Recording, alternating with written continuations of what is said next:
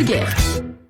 Ladies and gentlemen, après le Covid, après la grippe aviaire, let me introduce you to la variole du singe. Wouhou!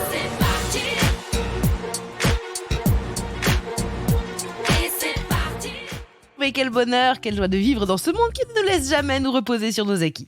Alors je vous résume le délos, ça y est, 3 cas de variole du singe ont été découverts en France depuis vendredi, et la dernière fois qu'on m'a parlé d'un petit virus dans le genre, on nous a confiné le cul pendant 2 ans.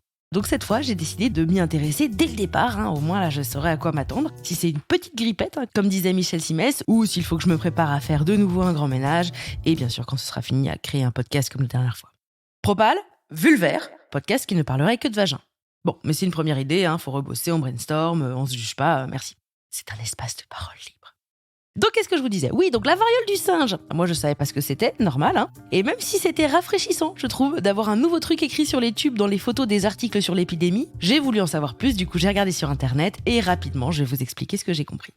La variole du singe, dont le vrai nom est Orthopox virus simien, donc vraiment c'est un nom de formule magique de Harry Potter, Orthopox virus simien, ou monkeypox pour les intimes et les bilingos. Eh bien, c'est une maladie qui a été découverte à la fin des années 50 au Danemark, chez des singes, et à la base, c'était une maladie qui était plutôt une maladie de petits rongeurs, comme les écureuils, les rats, tout ça.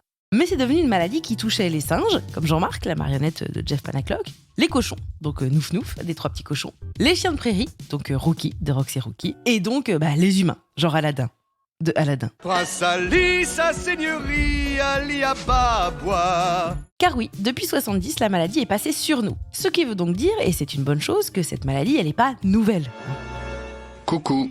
Les scientifiques la connaissent, ils ont des chiffres, des études, tout ça. C'est pas comme le Covid qui avait fait « Surprise, on tuerait pas tout le monde !» Non, là ça fait depuis les années 70 qu'on en entend parler, on a eu le temps de maîtriser le bordel. On sait par exemple, déjà, que c'est moins contagieux que la varicelle ou le SARS-CoV-2 à l'origine de la pandémie du Covid. Rassurant, non ? En fait, à la base, des humains l'ont contracté suite à une exposition avec un animal infecté. Donc soit ils se sont fait mordre ou griffer ou, je cite, ont été en contact avec des fluides biologiques. Fin de citation, moi j'ai pas envie d'en savoir plus. Mais peut-être aussi, comme d'hab, que les humains l'ont chopé parce qu'ils ont mangé de la viande mal cuite. Donc, petit conseil pour la suite de l'humanité. Cuisez votre viande ou arrêtez de manger des animaux chelous. Mais décidez-vous, faites un effort. Je veux dire, ça l'a fait pour le Covid, ça l'a fait pour le VIH et maintenant ça le fait pour la variole du singe. On a compris le délire, on comprend comment ça fonctionne, on arrête. Bon et alors, entre humains, la transmission, déjà elle est plus rare, mais elle se fait principalement par succion du sang. Ben non, là je vous parle des vampires. Suivez, concentrez-vous quand même. Non, la transmission interhumaine, elle se fait principalement par la routine, c'est des gouttelettes respiratoires. Et pour que la transmission se passe, il faut un contact face à face prolongé. Vous voyez le genre de contact qu'avaient Dawson et Joey avant de s'embrasser les premières fois ? Ils sont là, ils sont proches, ça fait 4 épisodes qu'ils se regardent comme ça va arriver, on le sent, c'est sûr, c'est maintenant, là. Elle s'est retournée vers lui de manière surprenante et d'un coup, quelqu'un entre dans la pièce et ils s'embrassent pas. Bon, et ça, par exemple, on pouvait le faire dans les années 90, mais plus maintenant, parce que maintenant, peut-être, on peut attraper la variole du singe ou juste la grippe, mais enfin, en tout cas, voilà. Donc, comme c'est par jet de gouttelettes très proches, les rapports sexuels sont propices à la propagation du virus, mais il faut savoir que ça n'en fait pas quand même une IST, une infection sexuellement transmissible à proprement parler. Donc, j'insiste, c'est pas une IST, car théoriquement, le virus ne se transmet pas via le contact de muqueuses. Ce n'est pas le mode de transmission habituellement décrit pour cette infection, à moins que le virus mute soudainement, mais je n'ai aucune information là-dessus. Explique donc à la dépêche Anne Goffard, qui est médecin et virologue au CHU de Lille. Du coup, j'ai quand même regardé, et pour info, ça peut quand même se transmettre par contact avec des fluides biologiques, les lésions cutanées ou des surfaces contaminées. Donc j'ai fini par regarder quand même ce que c'était que des fluides biologiques. Et c'est genre le sang, la salive, le sperme, les fluides vaginaux, le mucus ou encore l'urine.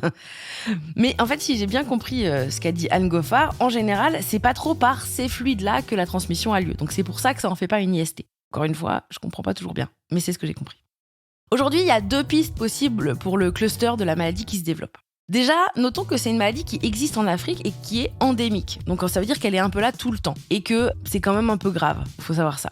Il y a 2 virus de variole de singe qui sont différents, qui circulent en Afrique. Il y en a un qui présente une létalité, donc une mort possible de 3 à 10%, et l'autre seulement de 1%.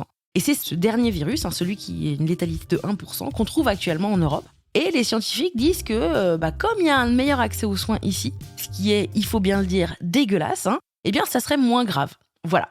Donc, je suis bien en train de vous dire cette phrase horrible. Ouf, qu'on soit un pays riche, sinon ça serait vraiment inquiétant.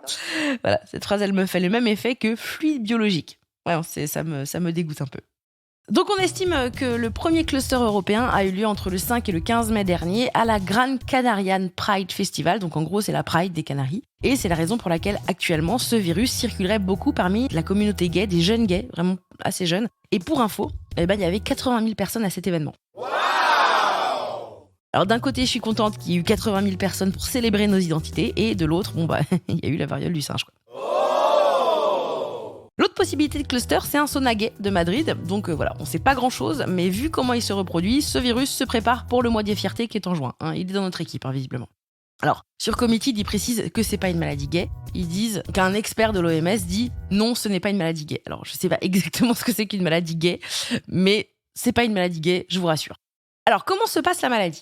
Eh bien, ça commence par une incubation. Alors, ça peut aller de 5 à 21 jours. Et pour info, il n'y a pas de personne asymptomatique. Donc, soit t'es malade, soit tu l'es pas.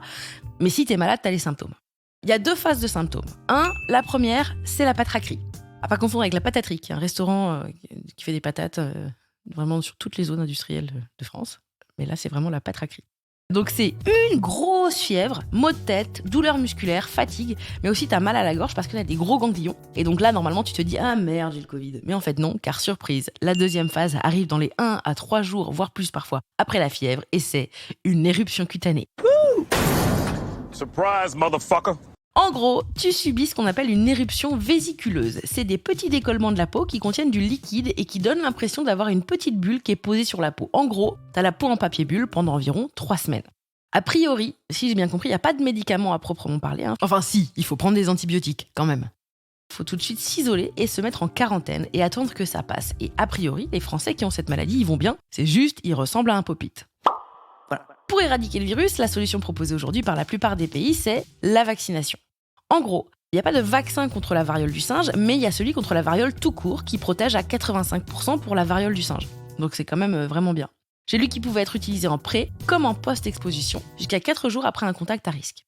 La variole, qui est différente de la variole du singe, c'est une maladie qui a été éradiquée en 1980 grâce à une vaccination générale. Et depuis 1984, l'obligation de faire ce vaccin a été supprimée. Donc par exemple, moi, très jeune, puisque je suis née en 86, j'ai pas été vaccinée. Mais on estime que des gens qui ont une cinquantaine d'années et qui avaient été vaccinés enfants, ils seraient encore très très immunisés.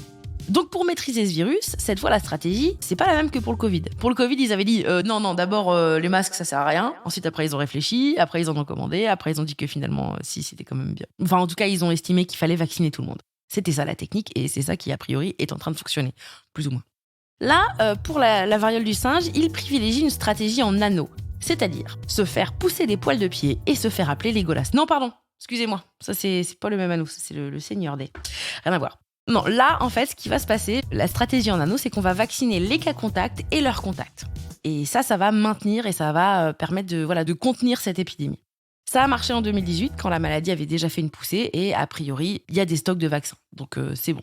Alors, espérons que ce soit effectivement bien maîtrisé. En tout cas, franchement, dans tout ce que j'ai lu, il y a des gens qui sont un peu alarmistes sur le fait que peut-être ça pourra muter, mais pour l'instant, ça mute pas. Donc c'est ok, j'avoue que moi, tout ça m'échappe un peu. Mais j'ai l'impression quand même maintenant de un peu mieux comprendre cette maladie. J'espère que vous aussi. Et voilà, ça c'était la variole du singe, mais en vulgaire et en rapide, parce que j'ai quand même regardé ça ce matin. Donc j'espère que ça va vous aider.